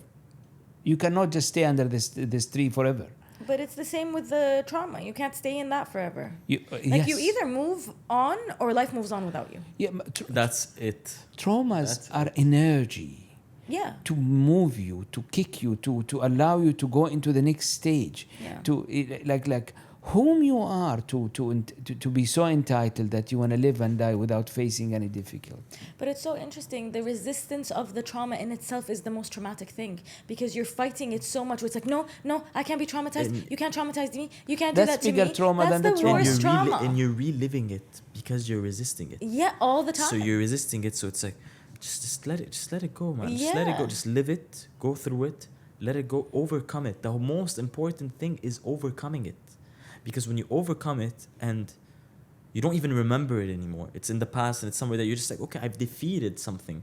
Because you take the good from it. You take the lesson and you take the strength that you acquired from that trauma. But then the parts that don't serve you anymore, you let go of. No, yeah. Now, في trauma, some are very much harder. I'm talking about, the general stuff, I'm talking about the everyday really hard stuff. traumas. I am, because I've been through some intense stuff. You've been through some intense stuff. Dad has been through some intense stuff, and I'm telling you, nothing is worth that I just stay stuck in the remembrance of that. Then in that I'm talking about, exactly. Then all trauma. Because I understand. It's just because I don't share like the personal things that I go through. But people go like, no, but some people have been sexually assaulted, kidnapped, someone murdered their mom. I get it. Yes. But you're not the only one. There is a dunya with 8-9 billion people where a lot of people have been through what you've been through and a lot worse. Actually, but why is it that, like Zemo said, Jeff Bezos and Elon Musk, whether you like them or not, can take that trauma and mold it into something good, but you have to stay stuck in your disaster? What is the difference? You're both human. What is the difference? It's a mental thing. Feeling pity for oneself is one of the worst enemies. Without a doubt, I agree with that. You have no right to feel pity for yourself. You have absolutely no right. It's acceptance and yeah, it technically resolves all the obstacles. It takes away all the hinders. Acceptance. I taught myself much earlier. It was really very important. I think we said this. When I'm faced with a situation, I would go like, what is the worst that can happen? Yeah. And then I would accept the worst situation. I did this with you. Yeah, me too. I did this with him. The idea that me losing him at an early age was very heavy on me. And then what I did one time is... I mentioned this story. Yeah. He told you, Zimu told you at some point, I don't think I'll live past 20-something. And he was convinced. And you had this feeling of, what if this is like a message that came to him that he will die young? And you said you went and you prayed to God about it. And you're like, if you're going to take him, like, I will accept, like, thank you for giving him, and you take him when you want to take him. But that's exactly, that's yaqeen. I think it all goes back to having an unwavering faith in God, that He's got you, and everything that He has sent your way is for a purpose and for a reason, and you just need to let go and let God do, and go with the mud, just go with it. And it's gonna hurt like anything sometimes. Nothing will be more painful, but there is always like the end is Just don't stop moving. Just don't Yeah. stop flowing. Don't stop. where you get to don't stay after stuck. the it's like when it rains and it's a flood and it's debris and it's disaster, but then sprouts bud and flowers come and the rabbits come hop and eat carrots. Like it's wow, the smell of petrichor, the rain after, you're just like, wow, we made it through, and this is the best place to be. There's an end to the tunnel. There's an end to the darkness. There's an end to this hole. There's an I end think to the way this I said it feeling. is better. It's actually, I prefer it. I prefer the bunnies. I think the bunnies was better. Alhamdulillah. It's I think one of the biggest I'm gonna places punch that you. we've Dad. been told to take ourselves very seriously, our thoughts very seriously, our feelings very seriously, and that kind of takes away the joy of existence. It creates a lot of self-pity, and it kind of flips the narrative, where you start to expect life to treat you in a certain way. You expect people to treat you in a certain way. Can I add to that? Uh-huh. I think it's also, you think that you're the person that can get results. Like if I take myself so seriously that I can do this, and then I expect that I am the one who gets the results. And I'm the one who does and move. But that's not. And every simple obstacle or insult is taken so deep. God gets results done. Alhamdulillah. I was talking with my friends about this the other day. That's the thing. It's don't take yourself so seriously. It's like sometimes you'll be in, especially when you're around guys, it's always a turnaround of who's نتمسخر عمين. And you'll have those like 10, who's 15 the minutes. butt of the joke? Yeah, like in for 10, 15 minutes, you'll be the butt of the joke. And then it'll turn to somebody else. And then it'll turn to somebody else. And it's like, we were like, there's nothing worse than somebody that you can't do that with. There's nothing worse. Oh my God. So There's let me. nothing more annoying. Oh my God. Oh my God. Actually, oh my this is God. one of the first indications that you're dealing with a narcissist. Yeah, it's honestly. It's insane. There's a friend that I'm no longer friends with, and it was particularly because I said a joke and she was the butt of the joke. And I did not hear the end of it, especially of trying to make me feel like the joke didn't land. And I was like, bro, relax. It's not that serious. It's not that. It's never that serious. It's never that serious. No one cares. Everyone moved on and forgot about it, because no one wakes up and goes to sleep thinking about the joke that was made at your expense, because you're actually not that important.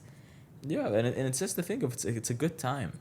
If you're able to see it that way, it's for us it's so logical. It's like, oh, it's a good time, but for those people, it's like that moment. It's like Life a or war. death. It's like you just started war. Yeah, on them. it was It's literally like, you started what- World War III. You betrayed them.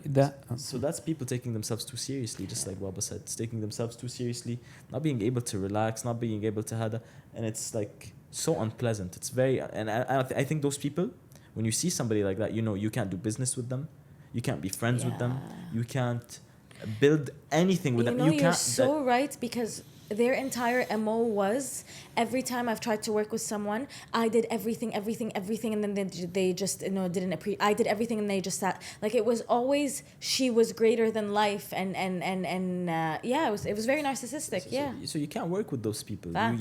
You can't be partners with those people. So if you're a man looking for a woman or a woman looking for a man, and that's like you're just like, oh, there's a joke, and the guy just becomes like, that's not funny. What are you talking about? And then he gets super serious. You're just like, okay. This is a sign. Wash your hands. This is a sign of somebody that you're not about to have a good time with Yes. ever on ever. any situation. One of the highest qualities you'll find in a man, and rarely in a woman, is the ability to make fun Of themselves? Of themselves. Now, that's one of the straightest, most clear proofs that you're not dealing with a narcissist, because there is no way for a narcissist to do that, to associate himself with anything. Yeah. No, he wouldn't accept it from you. He wouldn't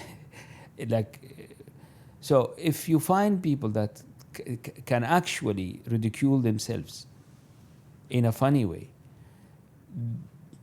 this is genuinely one of the dying traits that is. Great, yeah. See, when I make fun of each other all the It's time. actually one of my tests at work, I swear. It's one of my tests. It's I'll make a joke about myself. I'll see who's laughing. Then I'll try to talk to the person, and I'll see if they ever make jokes about themselves. I see if I make a joke, and I'll see the reaction, and I'm like, okay, like I can't work with you. I can't trust you because you have too many insecurities. Yeah, that's you a good cannot trick. share. That's So a that's good the thing. metric. You will never be able to share. You will never be Exactly. able to grow with me. You will never be able to do anything because you cannot even take a single joke. Yes. And there's a difference between, excuse me, You Baba. go ahead. There's a difference between, guard your reputation, 48 laws of power. Yeah, but Rumi says right. destroy your reputation. Well, I believe that in those business situations, because that's spiritual, it's I think it's different. And he's talking about power in the workplace. You need to guard your reputation with everything. So if somebody just once, especially in higher management or anyone, says this is a lazy guy, stupid and lazy, خلاص انت you can work for years. You'll have to work 5 years for people to see that you're not stupid and lazy because one person said it. So you need to guard your reputation. But when you're so there's a difference between that, guarding your reputation, and not being able to take a silly, fun, open joke. That's one of them is protecting your reputation, protecting your money, protecting your future.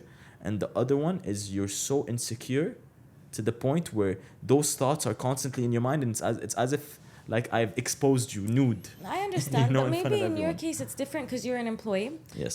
But in my case, who is a business owner, But you're gonna have to work with other business owners. yeah, but I Some don't. point or I'm another. very. Listen, I'm just joking. I like to pull your leg about that. But no, I don't care. People say a lot of things about me. I don't care. But I also have people who say the best things about me. Like I have clients literally yesterday at the masterclass. They're like, "You guys are a dream to work with. We have so much more we want to do with you." But I also have people who will tell you like, "She's a shark. I can't deal with her." And it's like, yeah, okay, pick your poison. Shark is not a bad thing. Shark is a great compliment. Shark is a great compliment. To be in guard of your reputation is a very beautiful thing you said. But how can you be in guard of your reputation? You can be in guard by making sure you are always in the defense and or not allowing, or you be in guard by not doing the wrong thing. Simply by not doing the wrong thing. Okay? That's the best way to guard it. But to defend, to be in defense, it's where people cannot even accept the smallest. Yeah. And to me, it's if I can put my head to sleep at nights and I'm not embarrassed that God saw what I did today, I'm good. Alhamdulillah. So, That's all I care about. especially when you work with a melange of people, different backgrounds, different. A melange. Melange. I like it. I happened to teach you French when you were. Ouais, mais il parle comme un paysan. Papa, tu parles comme un paysan. I used to tell him all the time when we were kids, I was like, tu parles comme un paysan. Alhamdulillah. He's good. But I did a good job. Alhamdulillah. Alhamdulillah. Allah يحفظكم. Guarding, it's how much you invest in guarding, Baba. If it becomes a task by itself, running your resources just to do that, then the person is in trouble. Yeah. wrong. But if you just naturally don't do the wrong, don't give the people the excuse. Yeah. and but not to be too guarded, not to be too close, not to be in the defense. But I really loved what he said about him testing. It's a great metric. Yeah, it I is. was saying it's a great Alhamdulillah. metric that he does that. That's also, it's smart. SubhanAllah, it goes back to, I think we said this in the last episode that I didn't post. We were saying it's human nature to test each other, and it's not toxic, but like this is where you're handling with grace, but you're also smart enough and experienced enough to see the telltale signs that tell you who you're dealing with, you know? So you give a person grace, but then you do this little test and you're like, oh, I've seen this. It's recognizing behavioral patterns. It doesn't make you toxic or negative, but recognizing behavioral patterns is what separates us from idiocy. Yes. Yeah, because Just plain stupidity. if the person is maybe not physically but emotionally slapping you in the face every time you're trying to have a conversation with them, at some point you're an idiot. Not to see it. Not to see it and not to put Yeah. a stop to it. And there's also like no self-respect. I think dignity matters. I think dignity is not only matters, it's Because up there in what needs to be protected. Yeah, because to me it's not about dignity in front of people, but it's about dignity in front of God. Well, the reason why I don't allow certain scenarios to transpire or certain people to cross certain boundaries has nothing to do with my ego or what people will say about me, but it has to do with how will I face my God that I allowed someone to trample all over me this way, especially when it's unnecessary, especially if I know that I am within my God-given right. That is to me where the line is. There is a lot that I let slide because I'm like, I don't care. In the grand scheme of things, it's okay. Let them have this moment. But there are things where absolutely not, because my dignity in front of my Creator who created me will not be tarnished. You know, it's one of those things, come on, when God gives you so much barakah and blessings and He favors you in such a way, when you don't protect it and you just let anybody come and do whatever they want, It's disrespectful. it's like, okay, طب يعني انت يعني It's شو يعني disrespectful I'm to just the gonna keep giving blessing. you and you're just gonna not take care of it. Yeah. Like it's a gift. It's I a gift, and a agree. gift is meant to be protected, used properly, enjoyed, but also enjoyed. Appreciated. Yeah. And not to be too scared that it's gonna go away. Also, when somebody gives you a gift, you shouldn't be afraid that that's something that I have, and I think something that I really try to control is whenever I feel like, oh, there's so many blessings, when is it gonna go? That's not how it's supposed to be. Well, okay, I need no. So that's a balance of protecting it, loving it, nurturing it, and also knowing that it's yours. Khalas, it's yours. If you keep nurturing it and taking care of it and loving it, more will come. But also knowing that it's yours and accepting that if God wants to take it, He can. Just the same way He gave it to you, He can take it and you'll still be just as happy and just as grateful. Inshallah, that's scary for me though. That's a tough time for And me. you- But you but need- see, I train myself with this. That's why, like, I gave the example of where I called Dad yesterday and I was like, I just don't care. You need to accept in your heart that life is cyclic. Cyclical. Life is cyclical. There we go, Dad. And we live amazing. Life is like you're entering into a big mansion and every room has its own decoration.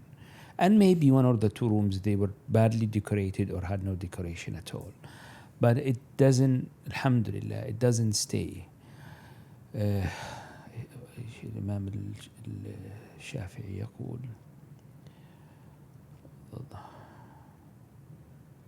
ولرب ضائقة ولرب نازلة يضيق بها الفتى ذرعا وعند الله منها المخرج ضاقت فلما استحكمت حلقاتها فرجت وكنت أظنها لا تفرج. The life is how to explain it to you. ولرب ضائقة ولرب نازلة يضيق بها الفتى.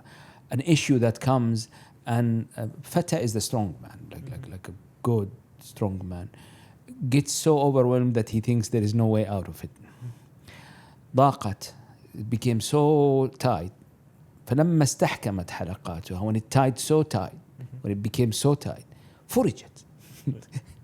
وكنت أظنها الظن هذا Furijat means فتحت يعني. yeah, but you have to translate for the audience. Yeah. Furijat means like, so then it became so tight, but then went away. The shackles are gone. Like the shackles are gone and the yeah. opening came and things are prosperous again and all what you want is granted. Yeah. And then وكنت أظنها. كلمة ظن هنا, ظن is like, it's one of those things that is associated with the ego. ما ظنكم بالله, what you thought of God. Yeah. but It's thinking, but in a negative connotation. it has a It negative depends connotation. because Yes. أنا عند حسن ظني عبدي بي that I am what my حسن الظن. yeah, here it's حسن الظن. I understand. Anyway, continue. نعم. well, you can take it as a dhan is what comes to your mind regarding an issue or regarding an individual. Okay. Yeah. How you perceive him, how you perceive the situation, and then you can perceive it in a good way or a negative way. So life in general is cyclical, and it's an essential part of life that you go through difficulties. Yeah. But also, this is something that blows my mind. People want to be rich and they want to be successful and they want to have that relationship and they want to be able to weather storms or have wisdom to navigate whatever life throws their way. But they want that without having to actually go through the mud. Like, you will never reach there without an avalanche of trauma hitting you in the face for a decade. You know, You have to go through it. And then you get to be that person that has accumulated all the wisdom from the trenches. But how do you want that without the trauma? Explain it to me. it's one of these bodybuilders. It's also a meme online, but it's something me and my friends always say to Get each off other. of social media. Ronnie Coleman. I don't know if Baba probably heard of him. Get off of He's- social media. No, this guy is good though. Is Ronnie Coleman? He's 8-9 time Mr. Olympia. He's the best bodybuilder of all time. And there's this very popular video of him that he's saying he's lifting extremely heavy weights, and he's just like, everybody wants to be a bodybuilder, but but there isn't anybody that wants to lift this heavy ass weight. And it became like one of his slogans, basically, which is basically what it is. It's like everybody wants to be a CEO, but no one wants to see what a CEO's life looks like, which is 16 to 18 hours of work constantly every 3 Yeah. months. You have a board, you have a whole board that you need to justify why the stock went up or went down over the last 3 months. It's not an easy life. It's not an Yeah. easy life to get to those things. It looks nice from the Eid, but no one sees what you had to go through to reach to that point. I agree. And they don't appreciate it. It's like somebody will look, it's the same thing at work. Sometimes some people will look at your quota and what you get in the end of the year, and they're like, oh, wow, that looks great. And it's like, yeah, but you didn't see The blood, sweat, and tears all behind the time it took Yeah, to yeah, get. yeah, You're yeah, just yeah. looking at the end result, and that's also telling me to get off of social media. That's the problem with social media, is that People see the end you're result. seeing the end result, but you're not seeing 3 years. But a very of doctored, tailored end result as well. the most edited version I had some. of the end result. You said it Exactly. beautifully the first time. You Got don't you. don't do it again. I had someone. So I post my quotes every couple of weeks or whatever, twice a week or whatever. And my quote didn't even. It had something about humility, and then someone commented, "But you're not even humble." And it's someone, by the way, who I don't know, doesn't know me. Doesn't know anything I've been through. And I'm like, because you look at my Instagram, by the way, and I only mostly post my podcast. I rarely post anything else, like yeah. very rarely, And you just see my podcast and you see over 500,000 followers and you think, khalas, la-di-da, that means I'm not humble. It's crazy. But it's, anyway, forget about me and that specific thing, but it's just to show that transaction is so, what's the word I'm looking for? Pollinated everywhere. It's just like everywhere. Do you know what I mean? Very much. Wow, you both looked at me like, Great. Cool story, man. thanks, bro. Thank you for the pollination. Anyways, Thanks, bro. I appreciate it. He humbled me. I've been humbled. You can't say Layla's not humble, or you can't say, bro, the amount of humbling we just get when we're between family, or even when I'm with my friends, it's like, I'm grateful for it, because sometimes you're just like, it's like sometimes, you get a big deal in, whether it be you, whether it be me, some big business thing happens, and it's the mind plays tricks on you, where you're like, I'm amazing, I'm the best, and everything. Yeah, I don't have and that. you need those people that just like, when you're just like, okay, yeah, no. No, I don't have that. Calm down a little bit, calm down to earth. I don't know what he's talking about. No, but I know what he's talking about. I know what he's He talking called about, but me- that's a man thing. He called me one time, a few months ago, and he's like, sometimes I think you did a good job. Oh, you called me about this. You're like, if Yeah. Zemo thinks that he's so great, I have failed as a father. Yeah. Then he said that it sounded like he's thanking me for the great job I did. Because he's such a great man. Yeah, And then yeah. I said, wait. Does this mean that you think you are such a great man? Then I did not do a great yeah. job. No, it wasn't And if that. that's not more, if there is anything more humbling, I remember than- that conversation. It was a comparison with somebody else with another situation, another father-son or father-daughter Yeah. situation. And I wanted to call dad just to, they were complaining about something. And I Yes, was I just like, remember. Alhamdulillah, I want to call Baba and thank him that this insecurity isn't inside me. That he has allowed this, that he has given me at least like the confidence in myself for this insecurity to not grow. That's what it was. Maybe. No, I get it. No, I was telling mom the other day, I was like, I'm really just in awe of everything God has done for us. And Alhamdulillah. but yeah, I get what you, I think it's also, he's a young man. We have to acknowledge testosterone, burly. So I get things happen, but and alhamdulillah, I think it's just different. I don't have that. When it's- things go well for me, first thing I say, I never say it's me. I say it's God. Mind you, I've had so many requests of do a business episode. And especially after we spoke this way, they'll ask me like, give us advice. And I told dad, I'm like, Dad, I wouldn't even know what to tell people because I just happened to be in the right room at the right time because God put me there. God gave me the wits to figure out what to do. I can't tell you it's me. I wouldn't even tell you where to begin. I don't know. We spoke about this the other day, and you didn't like the word, but that's what it's called. It's called imposter Syndrome. and yeah. it really what it is, and it's really what it is, and it's Oh my God. actually, and I saw a Harvard video about it, a professor in Harvard speaking about it. He's like, people hear imposter syndrome and they think it's this negative thing. It's actually a positive thing to have. Yeah. It means that you understand that there are people that are smarter than you, that you need help, that you're lucky, that there was a luck in it, that you understand that it's not all you. It's not all you, and it's actually And a it's positive something thing. that keeps you humble, but you said without overdoing it because then it becomes insecurity and like self-beration. So you I should understand. use it, you should have it, but you should not give into it. Because when you give into it, you start lying to yourself that you are completely just like I acknowledge what you're saying, incompetent. and I agree to a certain extent. Just because I am Muslim first and foremost, to me, it's not like, oh, people are smarter than me in luck. It's just everything is just God.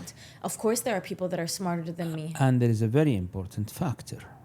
You keep on trying. Yeah. And it's okay. When you started, like, No, we're talking about like once you've made it, Yeah. a lot of people feel like, how am I even here? Like, this do imposter syndrome. people are gonna Yeah, figure yeah, out that like I'm actually not this smart and I'm actually not this business savvy. Like you feel like an imposter where you once you've made it.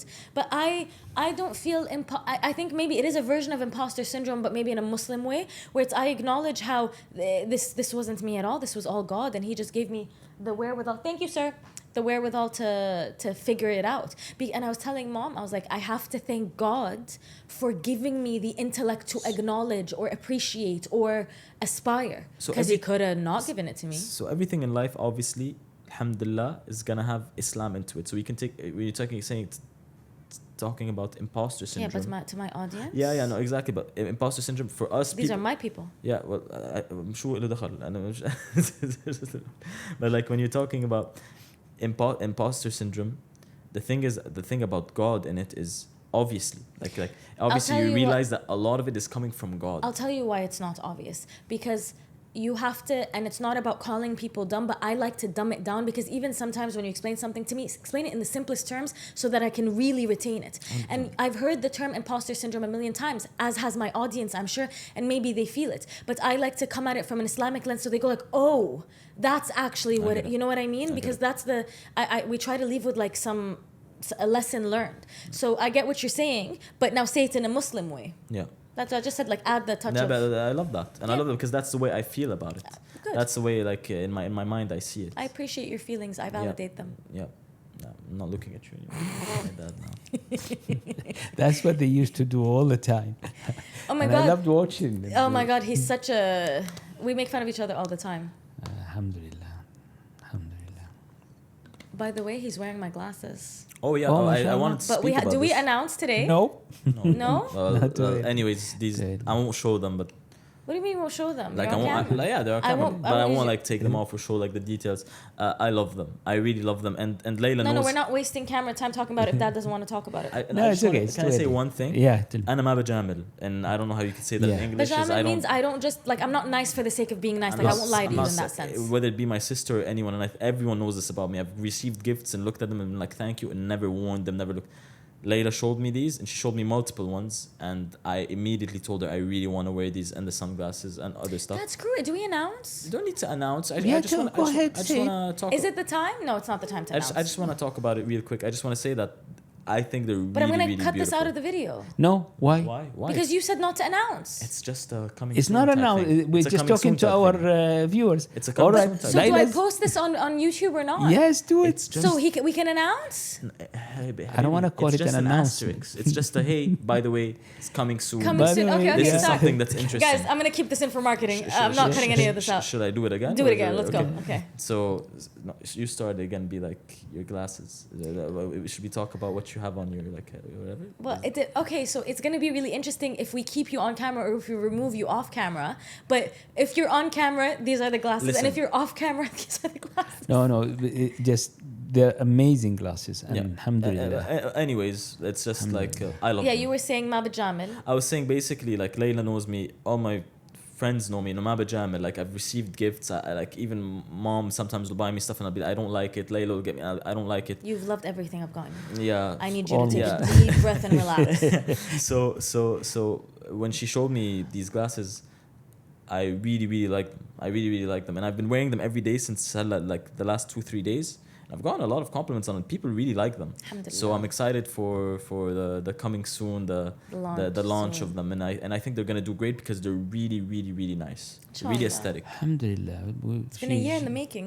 They're There was- beautiful. They're beautiful. They really a are. lot of effort was done in Yeah, the a lot quality. of hard work and a Yeah, lot yeah. of love. Yeah, she knows if I didn't like them, I would tell her, "What are you doing? I don't like them. Like there's no way you're releasing this." That's true. The fact But that I'm also wearing them the on my face every day outside of just this show shows something. And also, you did the second he saw them, like, because it's the final product and the packaging and everything, like what people will receive, inshallah, when they purchase. The second he saw, he's like, now take me to the optician to like fix the lenses because yeah. he wears glasses. So that to me was, it made me feel good. So, that, like, those, wow, so, he really yeah, so likes these them. are real glasses, by the way. Like I need them to see. So Yeah. So they're not just like blue. The blue lens for blue the lens. screen, yeah. No, like Alhamdulillah. Yeah. So anyway, I think we need to wrap up, guys, because Done. it is 4 p.m. It's been almost 2 hours. Beautiful. And I'm starving. But I love you guys so much. Hey. No, we're done. We're not done. You said you're done. You said you're done. No. She has. Tu mets le portable sur la... She has Tout de to suite, invite. Hey, You done? Non, mais je dois dire au revoir, mais tout de suite, tu t'es pas... Pourquoi il me voit moi? Mais tu te vois toi? Non, je m'en bats les... Okay. Okay. No, Zimo, شو هذا? Can I- You're doing your thing. bro, I never look at the camera. You're looking I at talk me. to you guys. Look at your dad. Yeah. Oh my sorry. god. Oh my god. Okay, I just wanted to say thank you for being Thank you for being here today. I really appreciate it. This was very, very nice. Zimo, I love you. I love you too, Lulu. I love you, Daddy. الله يحييك. And that's it. Assalamu alaikum wa rahmatullahi wa barakatuh. عليكم وعليكم السلام. السلام Thank you. ورحمة الله Yay. Bye bye.